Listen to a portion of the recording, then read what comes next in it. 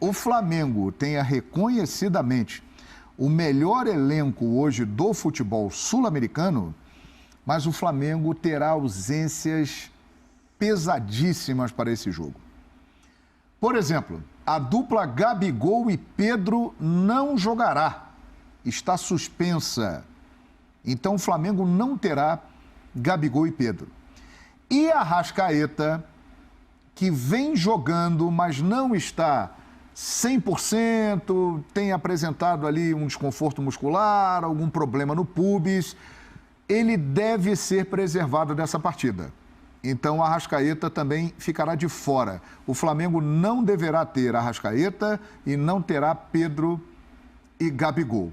Terá o Everton Ribeiro, que foi convocado para a seleção brasileira. Terá o retorno da dupla de zaga titular, né? O Davi Luiz e o Léo Pereira. Thiago Maia voltará ao time, ele que não pôde atuar no meio de semana pela Libertadores, jogará nesse meio de semana. Mas o Flamengo jogará lá, precisando vencer e tirar uma diferença do Palmeiras, sem Gabigol, sem Pedro e sem Arrascaeta, Silas.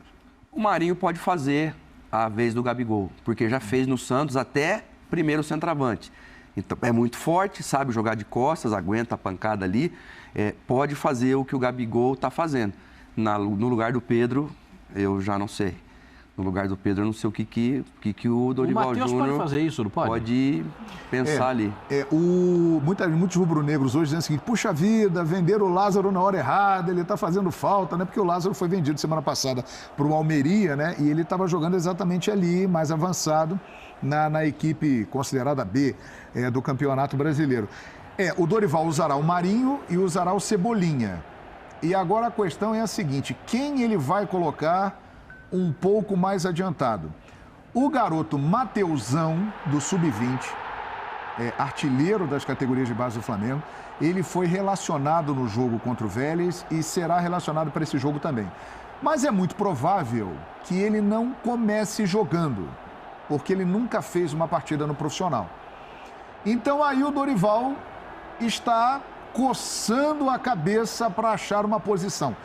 Uma delas pode ser o Vitor Hugo, que no time sub-20, sub-17, algumas vezes jogou também um pouco mais adiantado na área. Então pode ser que o Vitor Hugo seja uma saída aí pro Dorival, hein? É um jogador habilidoso, né? Sim. É um jogador que tem qualidade técnica.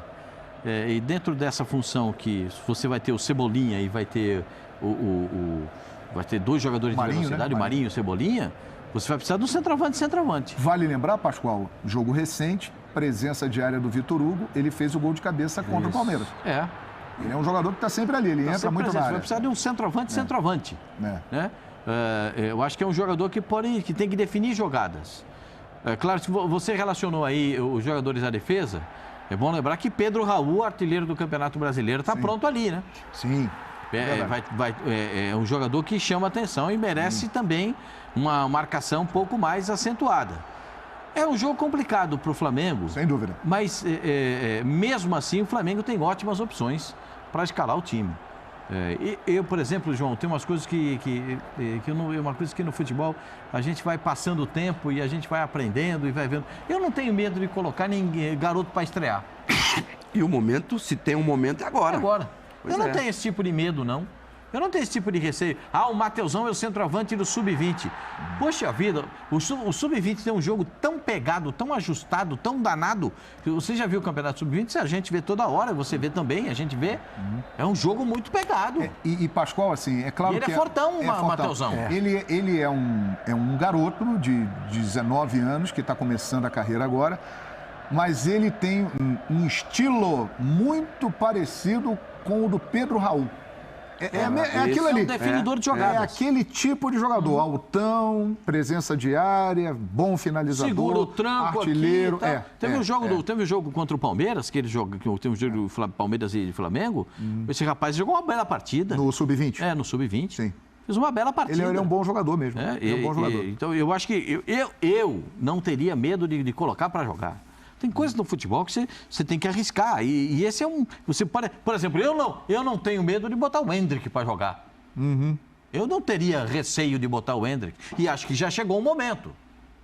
Já chegou a hora. Mas o Palmeiras não pensa dessa forma. Se vou botar o Mateusão, também não penso. O Mateusão já tem 19 anos, é forte fisicamente. Não teria problema. E ele entra nas características do time. 2 pontas e um centroavante. Para a bola chegar nele com qualidade.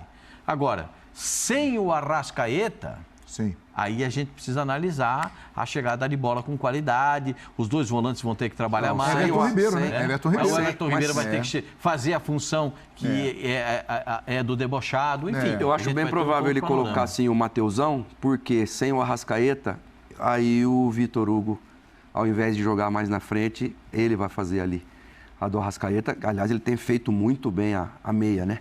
Então, se não tem Arrascaeta, Pedro e Gabigol, provavelmente na do Arrascaeta ele deva utilizar o Vitor Hugo ali. Sim. Na do Arrascaeta. E depois... Então não entra o Marinho. Não, aí ele pode entrar com o Vitor Hugo no lugar do Arrascaeta. Everton Ribeiro? Everton Ribeiro do lado. Everton Ribeiro do lado, Marinho por dentro aqui, né?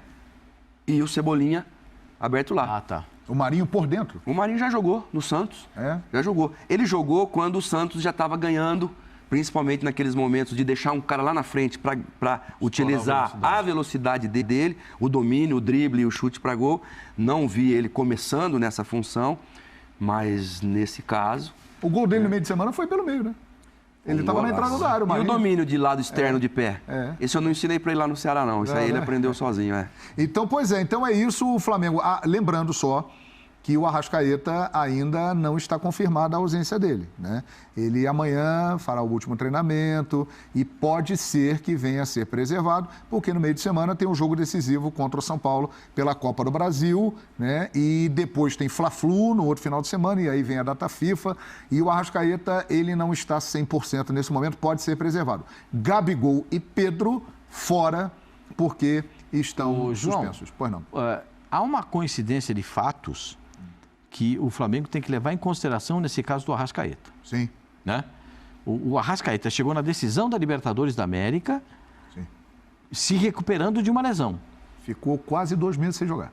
E ele vai, agora, ele está sentindo esse problema de pubis já há algum tempo. Sim.